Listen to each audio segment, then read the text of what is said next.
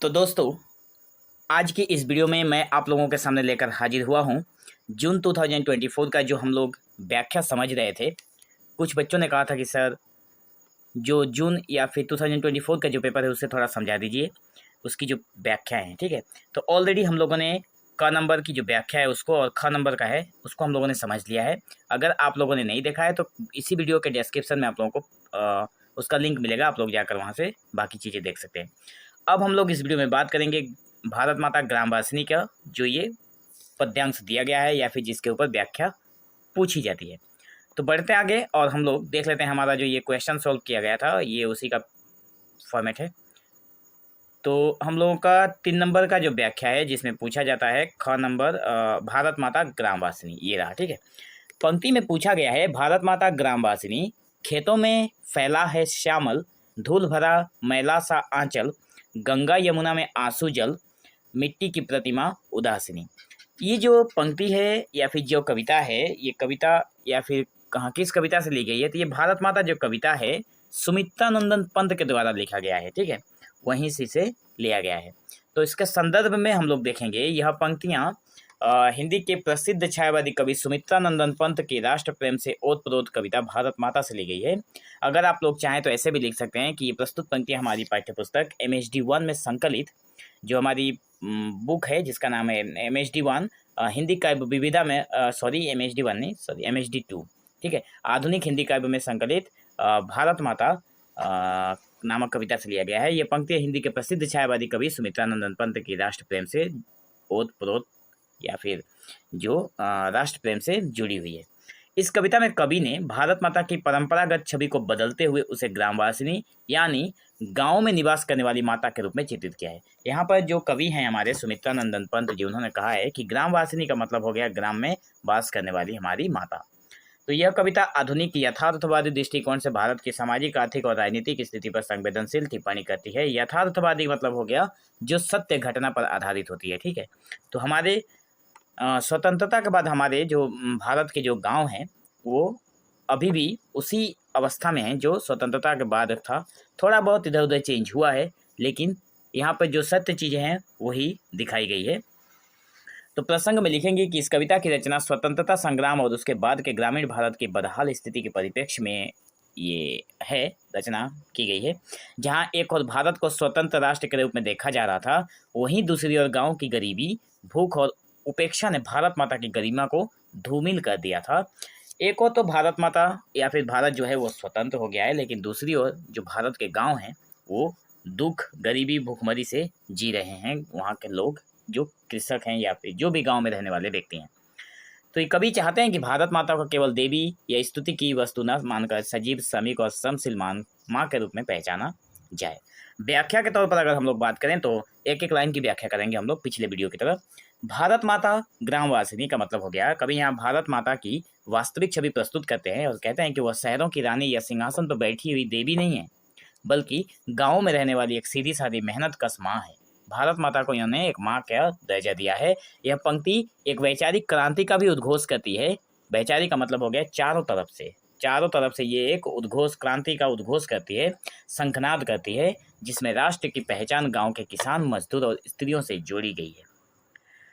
उसके बाद की जो पंक्ति है जिसमें कहा गया है खेतों में फैला है श्यामल, धूल भरा मैला सा आंचल, तो कभी भारत माता के श्याम वर्ण के आंचल को धूल और मिट्टी में लिपटा हुआ बताते हैं और यह आंचल उनकी कृषक पहचान और परिश्रम में लिप्त हो जीवन का प्रतीक है। यहाँ पे कवि ने कृषक भारत माता को कहा है कि उनके आंचल में धूल और मिट्टी से लिपटा हुआ जो कृषक है उनका उदाहरण देते हुए इन्होंने कहा है कि आंचल उनकी कृषक पहचान है और परिश्रम में लिप्त जीवन ही प्रतीक है।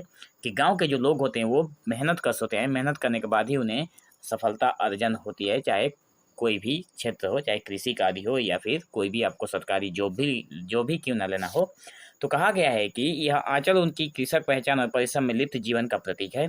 धूल भरा और मैला आंचल यह संकेत देता है कि भारत माता जो है स्वयं कठिन परिश्रम में लिप्त हैं और उनकी स्थिति कष्टमय है।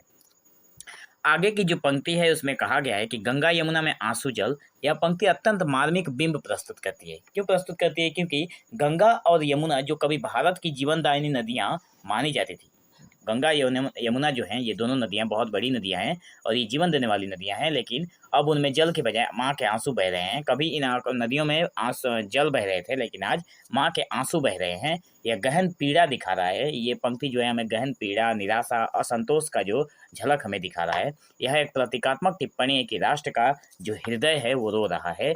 राष्ट्र का हृदय रो रहा है। यहाँ पे इस लाइन का मतलब हो गया कि जो नदियाँ हैं उनमें अब जल नहीं, खून के आंसू बह रहे हैं। मिट्टी की प्रतिमा उदासीनी जो है, कभी भारत माता को मिट्टी की बनी मूर्ति की तरह उदास और स्थिर दिखाते हैं। कभी दिखाते हैं कि जो भारत माता है वो मिट्टी की बनी मूर्ति की तरह उदास हैं और स्थिर हैं, एक जगह पे खड़ी हैं। यह प्रतीक है निर्जीवता का, शोषण और उपेक्षा का। मतलब यहाँ पे लोगों के साथ जो अत्याचार किया जा रहा है वो सारी चीज़ें यहाँ पे कविता में ही वर्णित है कि यहाँ पे जो लोग हैं वो निर्जीवता की तरह जी रहे हैं। उनके पास जीवन होते हुए भी वो बिना कुछ बोले सारे शोषण को सह रहे हैं, सारी उपेक्षा का पात्र बने हुए हैं। यह माता अब कोई स्तुति या जयकार की पात्र नहीं है, बल्कि अपने ही बच्चों की उपेक्षा और दीनता से पीड़ित है। इसके भाव पक्ष की अगर देखें तो करुणा और संवेदना है। कभी भारत माँ की दुख भरी स्थिति से भावुक हो उठते हैं। राष्ट्र की आत्मा की पुकार कभी हमें याद दिलाते हैं कि असली भारत गाँव में बसता है और जब गाँव रोते हैं तो पूरा देश पीड़ित होता है। जैसा कि आप लोग जानते हैं पहले से ही कि हमारा जो भारत आज़ाद हुआ उसके बाद से हमारे गाँव की कुछ जो हालत है वो अभी तक नहीं सुधर पाई है।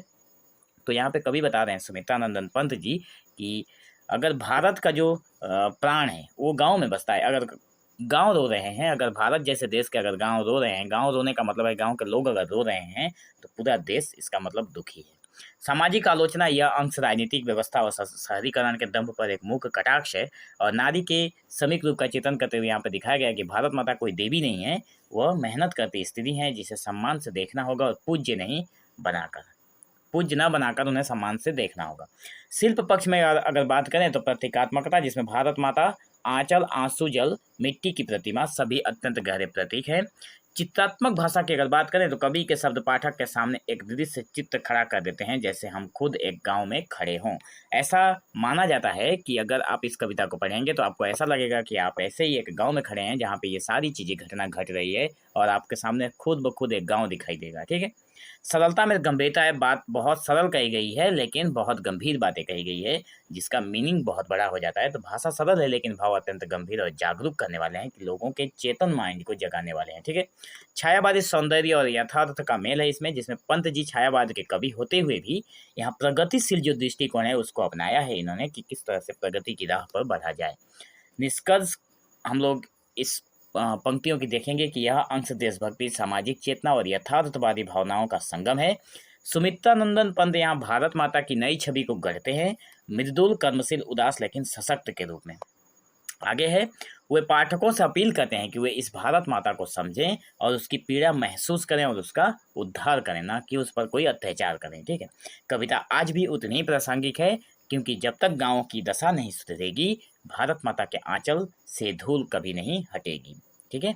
तो मैं आशा करता हूँ कि आप लोगों को आगे की जो मैंने पंक्तियाँ समझाई थी उसी की तरह ये भी बहुत अच्छे से समझ में आया होगा। अगर आप लोगों को अच्छे से समझ में आया तो एक कमेंट जरूर छोड़ कर जाइए हमारे लिए। बाकी नेक्स्ट वीडियो देखने के लिए आप लोग चैनल के साथ जरूर बने रहें और मेक श्योर कि आप चैनल को जरूर सब्सक्राइब करिए, क्योंकि आपके आने वाले जो एग्जाम हैं वो बहुत इंपॉर्टेंट है आप लोगों के लाइफ के लिए। और मैं चाहता हूँ कि इस चैनल के माध्यम से मैं आप लोगों को जितना हेल्प कर सकूँ हेल्प करता हूँ। अगर आप लोगों को एक चीज़ और मैं दिखा दूं, अगर आप लोगों को 5 ईयर्स क्वेश्चन सॉल्व चाहिए तो आप हमारे इस पीडीएफ को भी खरीद सकते हैं, जो कि MHD2 के पिछले 5 सालों का प्रश्न पत्र हल किया गया है, जिसका रुपीज़ ओनली ऑन 99 रुपीज़ रखा गया है। ठीक है। इसमें आप लोगों को 5 ईयर्स जून 2002 से, ठीक है, जून 2002 से यहाँ पर लिखा हुआ है कि जून 2022 से दिसंबर 2022, जून 2023, दिसंबर 2023 और जून 2024 का सॉल्व पेपर आप लोगों को मिलेगा। और ये जो क्वेश्चन आप लोग अभी स्क्रीन पर देख पा रहे हैं इसका भी सॉल्यूशन आप लोगों को पीडीएफ में मिल सकता है अगर आप लेना चाहें तो बहुत सारे बच्चे ऐसे होते हैं जो पीडीएफ से पढ़ना अच्छा लगता है, उन लोगों को बोलते हैं कि सर आप हमें पीडीएफ प्रोवाइड कर दीजिए, क्योंकि पीडीएफ से पढ़ते हैं तो थोड़ा ध्यान याद रहता है। वीडियो तो देख लेते हैं लेकिन बाद में जब मतलब पीडीएफ से एग्जाम के टाइम में, ठीक एग्जाम से 10-15 मिनट पहले तक वो पीडीएफ पढ़ते रहते हैं। इसलिए अगर आप लोग लेना चाहें तो कांटेक्ट कर सकते हैं। व्हाट्सअप नंबर आप लोगों को डिस्क्रिप्शन में मिलेगा। तो वीडियो को अंत तक देखने के लिए आप लोगों का बहुत बहुत धन्यवाद।